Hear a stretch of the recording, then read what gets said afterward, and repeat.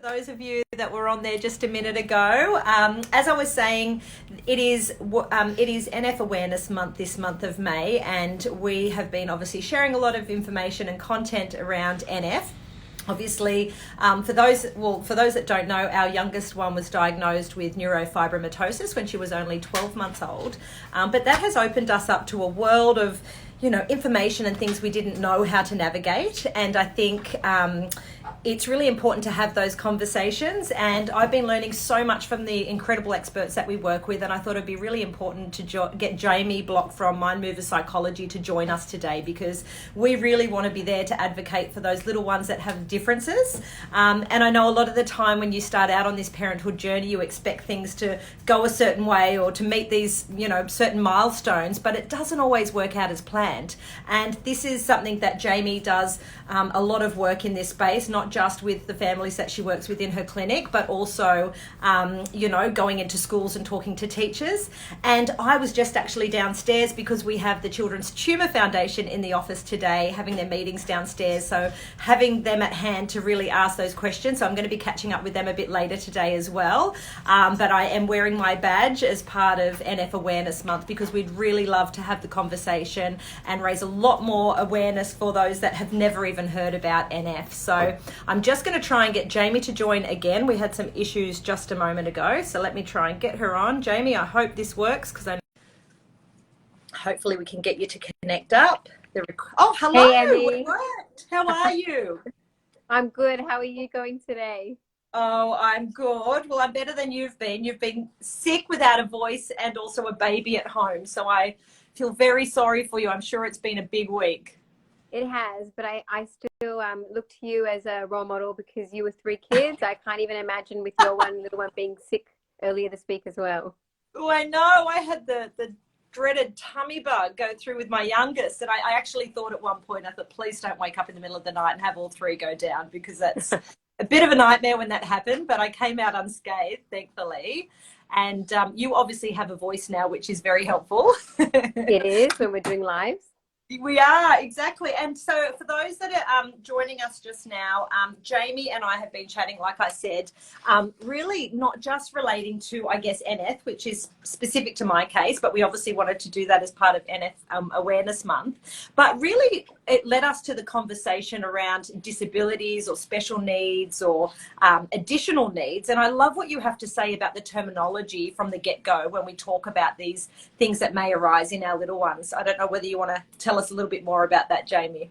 Yeah, thanks, Emmy. I think that, as we were talking about earlier today, that word disability can be kind of like a dirty word.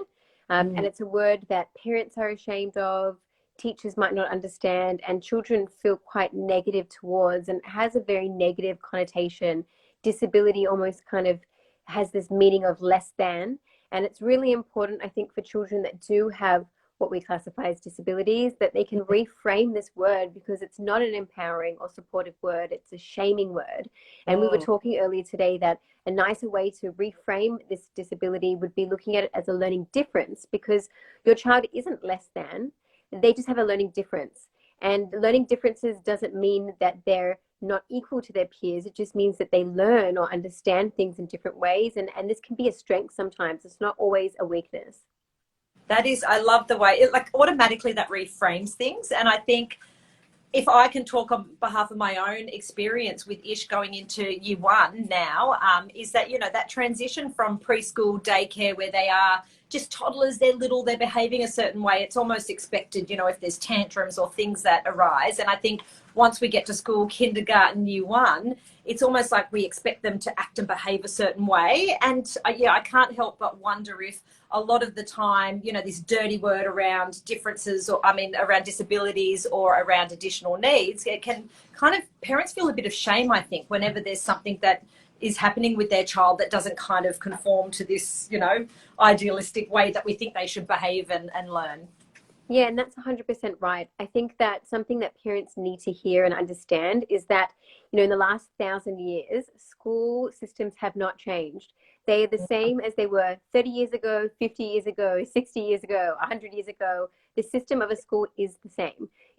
a 9 to 3 sitting in class, learning, writing, reading, all these types of systems have not caught up with the time and technology. And that, adults, even us, we can't sit in a chair still for 2 hours and expecting little ones who don't have control over their impulses and their brains, expecting them to do that is really hard too. And we were talking about the shame and guilt parents feel when, the school calls you up and they say, oh, we're having issues with your child.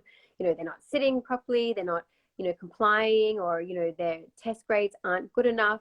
And that anxiety can fuel pressure for a parent to want their child to, up the ante, be better at a certain subject, comply better in class. And that anxiety comes across to our children as importance. And when we place importance on academia when our child is struggling, what we then do is we influence their self-concept and their self-esteem. We're telling our child school is important, and if you're not good at school, then you're not good enough. And that's not the message we're trying to send our children at all. And it's really hard as a parent to know that that's what a child is interpreting from our own anxieties, which is just our fear. And it's almost okay. It is, and I think it stems from the teachers also not quite understanding the many different facets of what our little ones might be going through. And I think there are so many different things that could potentially be, but I feel like it's almost as if you're getting told that the homework's not being done, or the reading's not being done, or maybe they're not able to concentrate or sit long enough. And I think automatically that makes you as a parent feel a bit anxious, and it makes you feel oh my God, I've got to dive in and I've got to be there. And I can imagine fixating on that would then just add stress and pressure to Ishk. And I saw it recently, actually. I caught myself up on it, actually, because the teacher said, well, she's at this level of reading, she needs to be at this level. And then here I am thinking, oh my gosh, I'm trying to get 3 kids to bed. I've got, her obviously really controlling herself at school, but when she gets home, it's, her time to unleash. And I've just had to really rework the way we do things at home, because I was noticing I was kind of so fixated on making sure she was getting that reading and she was doing it, that I could see it was putting a bit of pressure on her. Exactly. And that pressure then gets internalized as this is important. And if we're trying to help our child build their self-esteem, and we know they have a disability and a learning difference, and we're putting pressure and spotlight on something that we know they're not able to do, then that's hard for them. Excuse me. And I love what you say about putting the importance on things that they are good at, or they can feel confident in, because I know that in our case, she loves to dance, she loves to draw, she's very creative, and thankfully she's in a creative family. We all are, that's what we do. And we love that. And I think that for us has been something we have encouraged. Yes, I'd like her to run around in the playground more at lunchtime and have a nice balance, which she proudly tells me when she does. But I think at the same time, you don't want to end up in a situation where they do measure their self-worth on their ability to perform, whether it's in the sports, carnival, or whether it's, being able to sit in school and, know all of their numbers. And I could just see that she was struggling in certain areas, and why not build her confidence up at the things that she loves and she has control over? Exactly. And as a parent, we're the most important role models to our children. And whilst they might go to a school that places importance on academia or places importance on sport, what happens in the messages that we communicate at home are more important. So our children are looking to us to know what they should place values on. So it's up to us to decide, well, what do we want our child's self-esteem to be based on, and their self-concept? Is it going to be on academia? Is it going to be on sport? Or is it going to be on a mix of things, the things that they're strong at, their strengths, as well as some values, things about them as a person that makes them really amazing and important? And when we can use that diversity and channel their strengths into more than just, things that they can do, then we can help uplift them. And if they have a disability or learning difference, then they're not going to be so fixated on those differences and challenges, because they've got these other resources around them that build up their self-esteem to help them get through that difficult time. And I think that's what people forget. We actually need self-esteem and self-concept for resilience. If we don't have that, then we're not actually able to get through the challenges that we're faced in, like, those things that a disability might present. Yeah, absolutely. And I think that only gets, more so as they get older. And I think it's the work you do now when they are younger And I was just saying earlier, I'm going to actually be catching up with the Children's Tumour Foundation after we have our call, just to chat to them about the type of resources and support they offer, you know, from that transition from preschool through to kindergarten and year one, because it's a very different ball game. And I can imagine then as kids, you know, go through their primary school and then their higher education, you know, you want to make sure that you're setting the foundations right at home. And I think sometimes it takes a bit of training with you and your partner. And I think also too, cultural differences, cultural backgrounds, expectations that come through the family. But at the end of the day, yeah, I feel like you've got to look at that little person and really understand what gets them ticking, what's going to motivate them, what's going to get them feeling really confident. That's 100%. And running Kindred, that's also how you treat your employees. Yeah. No one wants to feel like they're terrible at something they're doing. If you want to get someone better at something, you don't kind of spotlight that area and say, oh, you're just not doing it, you're just not good enough. You help support them. You build up their confidence in other areas. And it's no different with children. We're all the same no matter what age we are. Yeah, exactly. And I feel like even though we're having this conversation, and it's something I know we're going to do more of personally together, because we're both, I guess, so passionate about, let's look and put everyone, out there, every different situation, so people can feel confident in navigating. And, sometimes things are unexpected, like I always say. For us, it certainly was. I mean, you have this perfect idea of what parenthood's going to look like. It's similar to birth, right? You think that it's going to look like this. You've just been through this. And then something comes and it knocks you off course. And I think I've always come from a very practical standpoint. You can't get upset about things you can't change. What you can do is focus your time and energy on support, reaching out to the right people to help you, ask the questions if you're unsure. But then there are others, I know my husband, when my daughter was first diagnosed, it really knocked him because he just didn't emotionally, he wasn't prepared for it. It really shocked him quite a lot.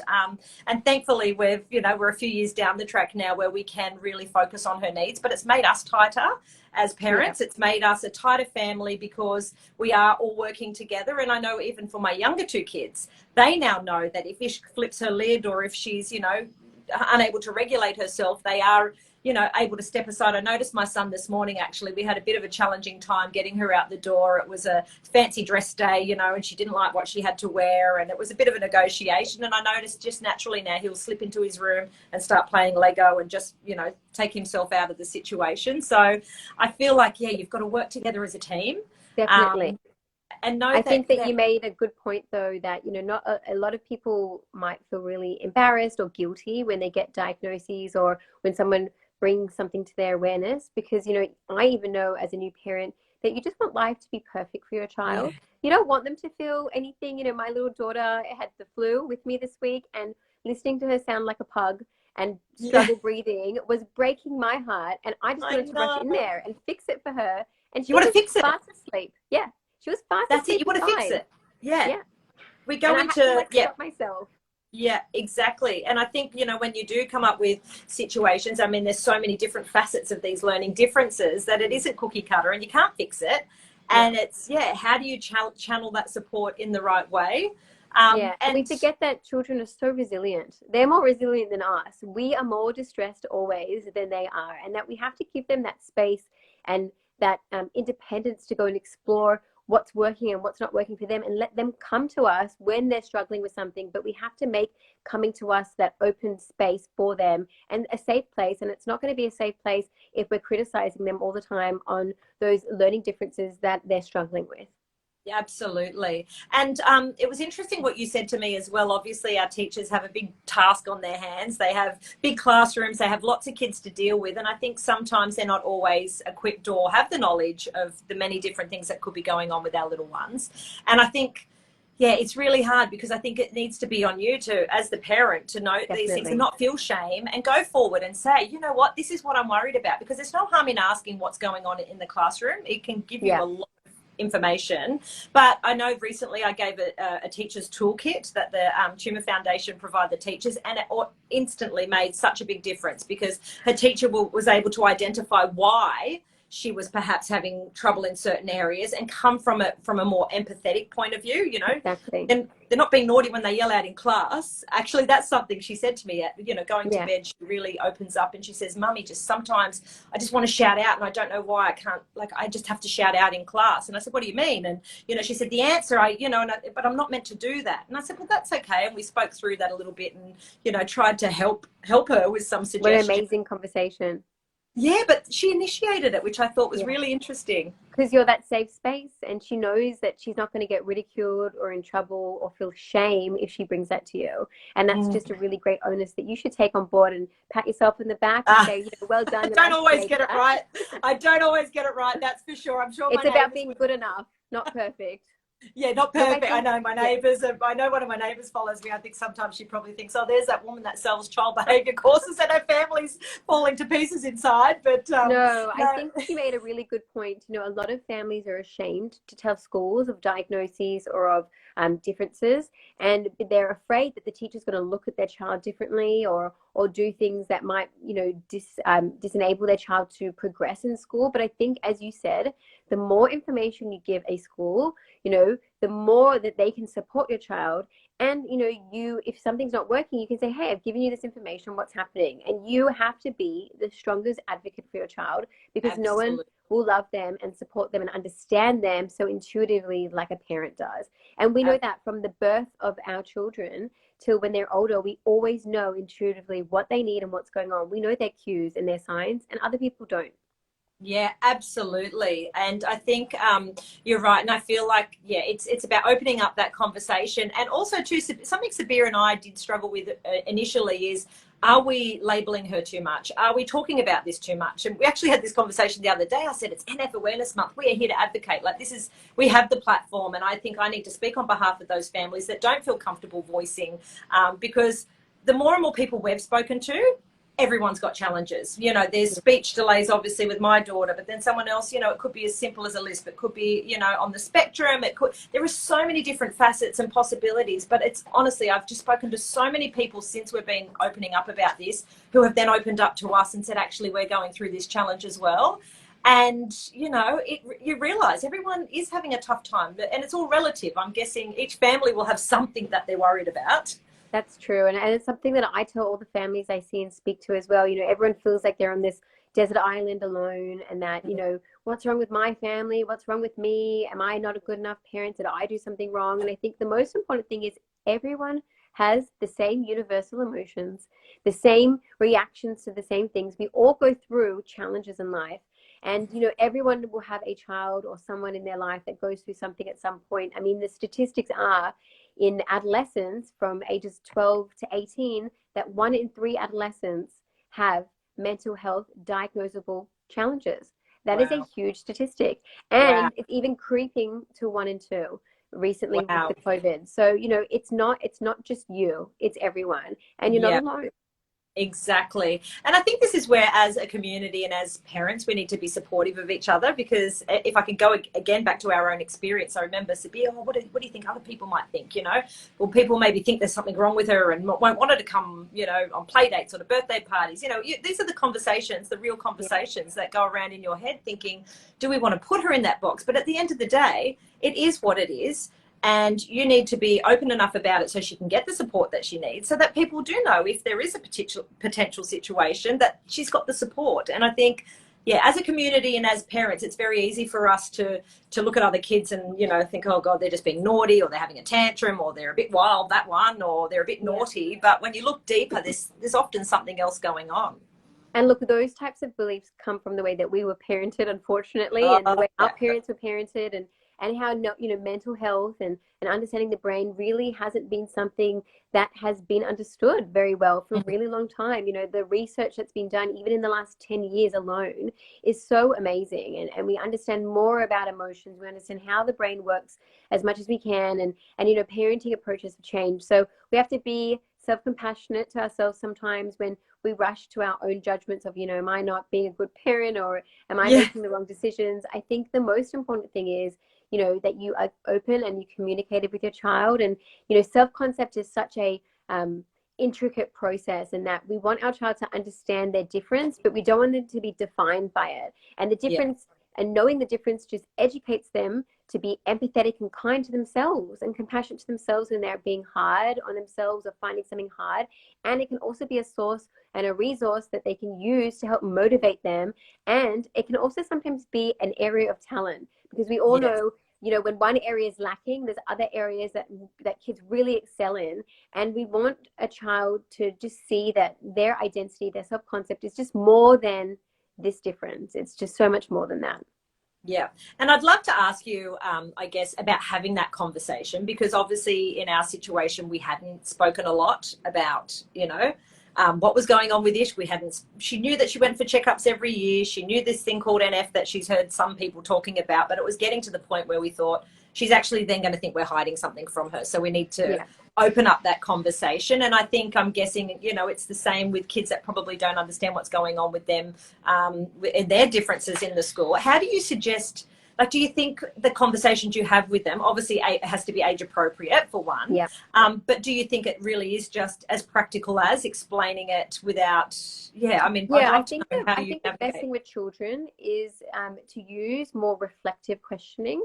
So getting them to kind of give you information on what they understand. So you could start by, you know, you go to a lot of these appointments. You know, I was just curious, do you know why? You know, do you know why we're going to these appointments? What do you understand of the places and the people that we see? And then using that information that they give you to help educate them a little bit more about what's going on. And then once they're educated on what's going on, then you can give them some more resources on, you know, when, you know, sometimes you're in class and things are really hard for you, and giving them that psycho education on those behaviors that might be linked to their difference. And then also in that same light, helping them see that they also have strengths because of this difference. So making sure that it's really balanced. The other really nice thing that I love to do is to sit with a child and research people that have learning differences that are very successful. I think this is the most important thing that we can do. Whilst we are really great role models, better role models are, you know, famous people that might have struggled with differences as well, and who have been able to overcome them and still lead successful, happy lives. And that can be the world of difference. I know that there is an ADHD book for children. I'll have to get you the name of it. Yes, I can't think of it off the top of my head, so you can share it with your followers. That goes through all the different people that have ADHD that are famous or that are really successful, and it talks about their little kind of stories. And then the other thing that you can do, which is so important, is share your own experience. Share your own experience of being a child or an adolescent or a young person or even an adult, of a time that you had a difference or you had a challenge. Maybe it was anxiety, maybe it was depression, maybe it was interpersonal conflict, maybe it was a learning difference as well, you know, a struggle that you had in school, and share with your child how that was for you and how you overcame it. There's nothing more important than normalization and helping a child feel okay to share that, you know, this vulnerability and that it can be challenging. That is so true. Actually, it's not related specifically to this, but I remember I'd forgotten to do something, and I forgot to send her in, you know, the right clothing to school, or I forgot the lunch order. That's what it was. There's something happened, and then I was ordering lunch, and then I didn't order lunch, and the poor thing, you know, you had to get the free sandwich, and she was a bit embarrassed when I picked her up, and I just had to own it. I just said, you know what, Mummy has been working so much, and I'm tired, and I was a bit forgetful, and silly me, I just, you know, and I thought, I'm not going to sit there and, you know, fixate on it and make her feel, you know, try and cover it up or whatever it might be. And I think you've got to be honest. You've got to say we all have days and we all have challenges, and sometimes we just, you know, can't get it done the right way, which is a lot for me lately. But yeah, going back to that, I think that is so very true, because I feel like with in our particular situation at the moment, it's having those conversations. And you know what, you know, maybe you aren't at the same level of reading, but how exciting that you love reading Dr. Seuss. And if we can do that, you know, overnight time, let's do a story, you know, make it fun and really help support her, because obviously she still needs to do that. But then, really making sure that making her feel confident in the art side and the dancing and all the rest as well. Yeah, and it's not to say, you know, that we're, you know, trying to make everything easy for our children, and, oh, who cares about academia? You know, you're not doing that at all. You're just still going to do it, you're taking that fixated spotlight off. You're saying, this is how school is. You know, we've got to roll with the system, It's not going to be fun. It's going to be hard, but look at the team of support you've got around you, and eventually it will get easier. But right now it's not easy and it's hard and it takes a lot of effort. But how can we make this more fun? How can we make this more engaging so that you're not feeling, crappy every time you get the maths book out and looking at me? Can we eat something delicious? Can we watch something fun after? Can we do a dance on our way to sit to the table? What can we do to make this a little bit easier for you? I'm here to help you. I love that. And I know even for us sometimes dinner times, getting a certain person to sit still on a chair can be challenging, and you do need to make it fun. You need to be sitting there as a family, and you've got to be in tune and working with that. And I can't help but ask, because I know that we have a lot of followers obviously with younger ones that aren't yet at school. Sometimes we feel like there might be something that's not quite right, but we don't kind of understand it. I know kids often just say they've got a sore tummy, or, they find it really hard to describe what's going on with them. And I know that I hear a lot of people that aren't, diagnosed with certain conditions till much later and when they go to school. But what would you say to those parents? I mean, what should we do? Should we just be rolling with it and looking out for the signs and supporting them the best way we can? I mean, what are those trigger points where people come to get help? I think the most important thing, and I've already enrolled my daughter into daycare, and the first question I asked the lady at daycare was, I just wanted to know if you thought there was something, different about my daughter, or if you thought there was something wrong, what's your process in speaking to parents? And she was like, oh, I love that question. And, she went through this whole process that she goes through. I think, the people that get to see your child with their peers are really important people, because sometimes if it's our only child or our first child, we don't have a very good a measuring stick to measure them against, and we might think something's normal, or we might think something's not normal, but it might be very normal. Asking our educators, those early educators that are with them, to be to let you know, and that you're open to hearing feedback if there is something that they think, or if you have a concern, asking them, have you noticed that my daughter's doing this at playtime? I just want you to be aware of it so that you can let me know and give me feedback. And once you get that feedback, knowing the places to go, you can go to your GP first, because you obviously need a referral to go to any specialist. But for younger children, I would always recommend first going to an occupational therapist. They can do sensory occupational therapy assessments. And what they normally entail is they do a whole, assessment on their self-regulation, their eye movement balance. They can kind of rule in and rule out quite a lot of things that other professions can't really do for those younger children age groups.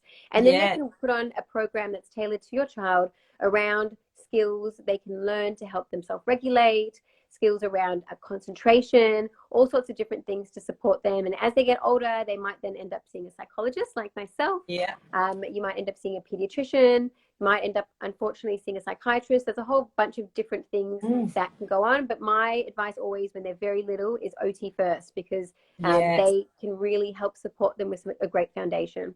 Yeah, it's interesting, because that's what I'm actually just about to book for my youngest one. Right. And going back to that, you were saying about you've got nothing to measure it on when it's your first child. And thankfully, number 3, I could see that there was something different with her. I could see the milestones weren't being reached at the same rate. And I wasn't obsessing or fixated on it, but I was aware. I was in tune and I was aware. And I think you just got to be watching them. Are they late to crawl? Are they late to sit up? Is she a bit floppier than the others? And we had a great session at speech therapy this morning. She's going to get funding, hopefully, for a little device which can help her with her talking and her sounds. So it's looking like she may have apraxia, but again, sometimes they don't diagnose it just yet. They work with the child, like you say, and for her it's definitely a motor thing. She's so switched on, she's so quick, but she just has a challenging time with the kind of motor communication. So I notice, when she tries to count, she can't hold her fingers up. So then we said, okay, great. Well, we need to go to the OT and have that assessed. And it's the same with the speech coming along as well. So there's such as you said, early intervention. I mean, and I say this all the time, be preventative. Don't come when there's a problem that's kind of exploded. Then you're kind of backtracking and trying to, manage the symptoms. When you are preventative, you're building a foundation. And that's what we want for our children. I always say to everyone, every child should have a psychologist. Every child should go get an occupational therapy assessment. Every child needs intervention and support to build really sturdy foundations. And if we do it early, then, they have a more chance of being successful later on. Exactly. I was surprised actually when I was talking to a couple of the specialists that they said, you've gotten in early. And I said, what do you mean? You know, she should be talking already. She's really Yeah, delayed. And they said, oh no, we get people that are, 5 and 6 going to school and it's yeah, been left until then. And I can't help but think, you don't want to worry or panic and you think maybe they'll get there at some point. And I could yeah, guarantee there'll always be someone that will say to you, oh, well, I knew a child that didn't walk until they were this age and I knew a child that didn't do this to that. And that's yeah, really well and good. And I'm sure there's those situations, but I would rather be that person, like you yeah. say. You're never going to regret actually reaching out to your doctor or your No, specialist and saying, yeah. can we have an assessment or whatever it might be. Well, I always say to parents, therapy is never harmful for a child. It's No. only additive. It can only benefit them. Even if they don't even need it, it can only Yeah. benefit them. And it There's can nothing benefit you as a negative. parent. Yeah, Yeah, I think it exactly. makes you a better parent because I've learned so much, obviously, from yourself and all the other incredible experts. You guys are just amazing at what you do and the way you support our little ones. So we thank you Yeah. so much. Well, as I was going to say to anyone who's listening, if they're ever wanting support and advice and wanting to know signs and symptoms, going to your app, you've got amazing experts that talk about these things. I'm currently in the works of putting together courses for things like anxiety and other things so that a parent can go do this course and know what's the difference between normal anxiety and a diagnosable anxiety and what are those signs and symptoms, those behaviors, those cluster of things that are together that I should be looking for, and when should I then seek support? Yeah, exactly. I can't wait for that resource. I think it's very much needed. Yeah, And as I said, you can never be too informed or too, ready to dive in and support those little ones. exactly. Thank you so much. I know that you've been talking a lot when you've only just recovered your voice, but I could talk to you all afternoon. Honestly, I Same. could pick your brain. For those that are listening, thank you so much. I will certainly be sharing this to my feed. I know we always get asked. And Jamie and I, we spoke this morning. This is something we do want to do a lot more on. We do want to Yeah. make sure that we can be there to offer support for all of those beautiful little different children, all of their learning differences. So thank you again, Jamie. Thanks for having me, Emmy, and I look forward to chatting again soon. Yes, we will. Thanks, guys. Bye, Bye. everyone. See you.